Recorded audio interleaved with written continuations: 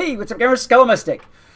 As you all know, test round was currently underway, and all sorts of new, bright, shiny, happy improvements are being made to the Spiral, all in the interest of, well, getting more people to play.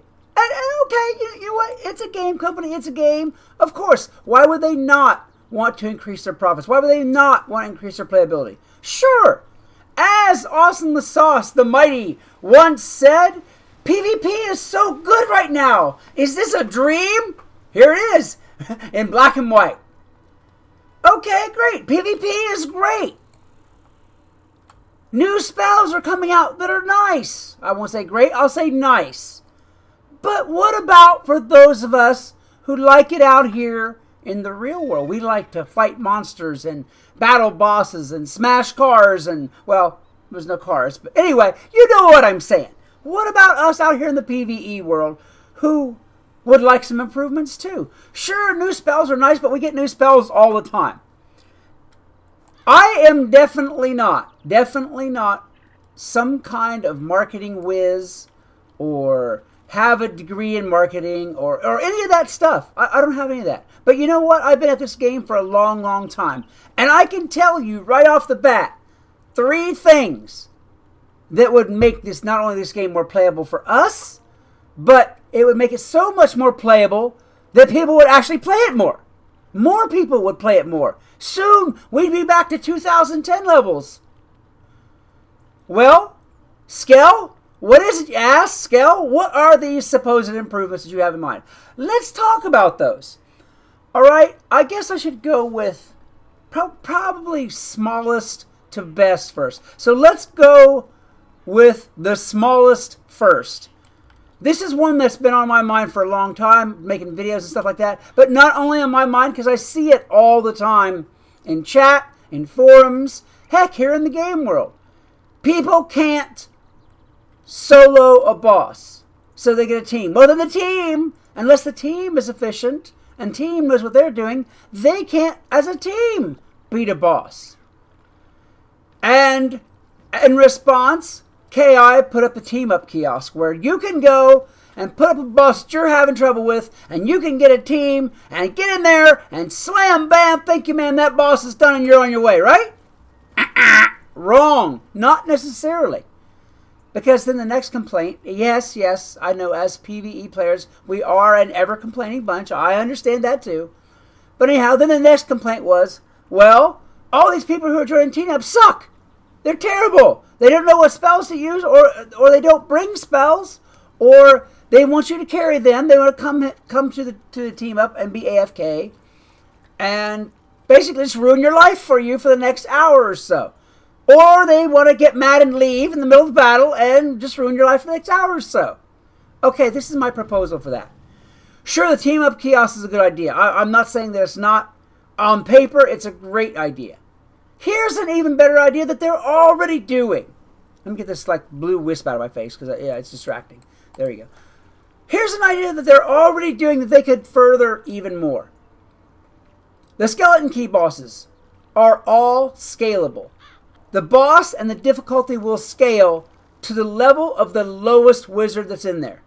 Why is it that we can't have that for in-content bosses? How many people back in the day when Medulla was new and a tremendous headache wouldn't have liked to have been able to solo through Medulla? And I'm not saying, hey, make it cakework, make it easy, make it no problem at all, make it no challenge. I'm not saying that. I'm saying, good Lord, the dude cheats to the left, he cheats to the right, he cheats side, center, and backwards, and you have 0 chance, or almost 0 chance, of soloing that boss. I mean, sure, some of us in the, I hesitate to use the word, but it's true. Some of us in the wizard player leadership seem to always find some kind of a way to solo things whenever possible. Storm Titan. Except for the Storm Titan, of course. We find a way to do it. Eventually. But even then, we have better materials. We have better supplies. You know, we have crowns to buy things, to buy the best gear and equipment to help us. You know, all that type of stuff. To whereas the average player doesn't. This would all be solved if we made in content and the cheating bosses soloable, or at least scalable. You know, scalable or soloable. Either one, you can use either word interchangeable. Here's a clue. Stop the cheats. Yeah, stop the cheats. You know, okay, you're in there solo, or at least reduce the power of the cheats. I don't know which members of the dev team first thought up this cheating bosses thing, but boys, y'all on my nerves. Stop it with the cheats. I was just going through Test Realm, and the second boss there has some annoying cheats. The newest cheat down the road is the adding doofus useless cards to your deck that you can't discard. And, I mean, after a certain number of turns, well, then all you got's a handful of trash, and you're screwed. So it basically forces you to come up with a 6-turn strategy, or what have you, that's doable by one person, or else you're stuck doing a team. Again, you're back to square one. So let's go and let's make some more of this content scalable. I want to say soloable, but I really do mean scalable. Let's make some more of this content scalable. You know, especially the stuff where you know it's going to be difficult anyway. All right, idea number 2, and this one is a biggie for me. You all know over the years how many pack opening videos I've done, how many bundle videos I've done, and how much crowns, i.e. / money, I've spent to do this stuff. Now, just like you other players, sometimes there's a particular item that I want to get out of a pack. And as you all know, for the most part, there's trouble. You can spend 20, 50, 100, or more bucks if you're aggravated, if you sort of have a gambling propensity, and if you want an item badly enough. We need to seriously do with it, because I'll tell you right now, with they just had a crown sale, so I can't fault that. But with the scarcity in general of crown sales that are going on around here, I know people are spending less crowns, period. Much less spending less crowns to try to get one particular item of gear out of packs. That went on a lot more when there was crown sales and you could get twice the crowns for the same amount of money. Alright, so at the end of the day, nobody wins. The player doesn't get the item they want, and King's Isle doesn't get the crowns, i.e. money spent, that they want. So nobody wins. Here's my idea for that. Make a freaking biometer. I'm going to turn on my heads-up display just for a minute so you can see what I mean by that. Okay, now I still don't have the Marleybone Motorist mount. Alright, so let's go there. Where is it at? Marleybone Motorist, really? There it is. Okay. 399 crowns, which right now being on sale isn't so bad, but let me buy a pack. Okay, I got shoes. Sure, I guess. I got crap and some trash and some garbage and something I'm never going to use and something I'm going to sell at the bazaar. Yeah. Okay, look. There's, out of those 7 cards, honestly 5 that I'll never use, ever. Okay, instead of this stuff that just is fillers, to be honest, to be perfectly honest, it's just fillers anyway. I mean, a 4-point Mega Snack, really? Okay, yeah. Here, we swap this card out for 1 Biometer card.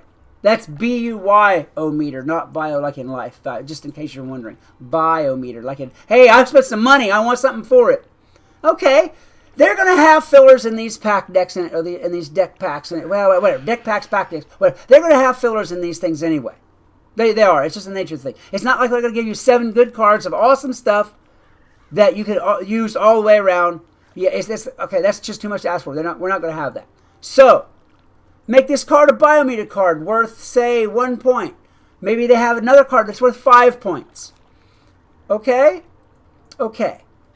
Once you get to X number of points on your Biometer, say 100 points, you can then use those 100 Biometer points to go through the list of this pack and select the item that you want. No more buys, no more bullcrap. You just go right to the item and say, hey, this is mine, gimme. Because I've already spent enough to get the 100 points in this buy meter to have the item I want. Now, it doesn't mean, mind you, it doesn't mean to put these biometer cards in here and then once every 20 packs give up one biometer card. No. It means pepper them in there liberally, like they should be, so that once you've bought 20 or 30 packs, what have you, you can afford to get whatever item it is that you were trying to get. Depending on the item's value. Oh, sure. Depending on the item's rarity, sure. But a biometer card, a biometer increment, 1, 5, if you're going crazy, 10, to where you can get what you want. I think, honestly, that people are going to spend money on packs anyway. But they're going to spend more if they actually know that what they're spending is going to get them what they want. Right now, it's throw your money out in the yard and maybe it'll grow a tree. Or maybe it won't. And nobody wants that. Nobody wants that. For real, nobody wants that. All right, on to item number 1 on my list of things that we really need to do. Number 1 on my list of things that we really need to do. Here it is. Let me go around here to the corner. I swear I can't seem to get away from any of these like life wisps floating around. When I want life wisps, they're never be able to be found, but now they are. All right, number 1 on my list of things that I really think that we should do. And it solves a long-term, long ongoing debate between the devs and the community. This is what my idea is for that. If we just would have more crowns available. Okay, sure, yes, we've got the daily rewards that every 15 days will give you 50 crowns. 50 whole crowns, so that in 1 month you can afford 1 stitch. Wow! This is my idea. Okay, you want people to play more? Sure. Let's give them incentive to play more. I promise you that if you had some bosses spread out throughout the spiral who drop crowns on their drop table, you'd have more people playing. Granted, they might just be farming those bosses like crazy, but at least they'll be online, in-game, playing on and on and on. I have seen what people will do to get free crowns. I have seen it. Okay? People already farm. It's a match made in heaven. So this is what you do. At the lower levels, say 10, 20, 30, etc., etc., you have bosses that drop, say, 5 crown increments. Something like that. Some lower crowns amount. Then you let those people farm those bosses, and they save their crowns. And they use those crowns to buy membership elixir, which isn't hurting you all any. And then they advance in levels. They go up to the higher worlds, where there's better bosses, where there's better bosses that drop a little more crowns. Maybe the next group of bosses drops 20, 25 crowns. Up to, say, whenever you get to the top levels, and a boss will drop 50 crowns on his drop table. Again, just like I was talking about with the other idea, I'm not talking about they drop crowns like once every 3rd Thursday in February.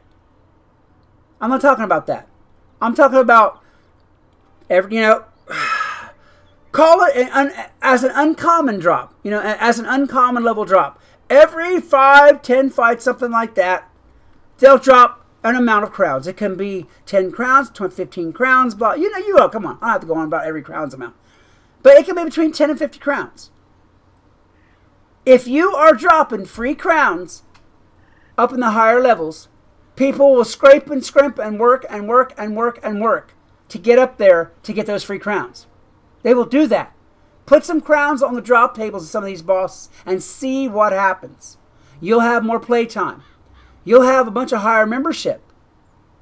You'll have some time spent on this game. If that's your real goal, is to get more players more often, doing more things, that will do it. Tell me you don't think it will, by all means. Alright guys, that is my top 3 ideas for making this more playable, more fun. And on we go. If you enjoyed this video, please like, subscribe, share, yell my name to the heavens. Name your firstborn son or daughter. Scale works good for either one. It can be a cat. It's okay, man. Yeah, don't name your firstborn son or daughter. That's too much.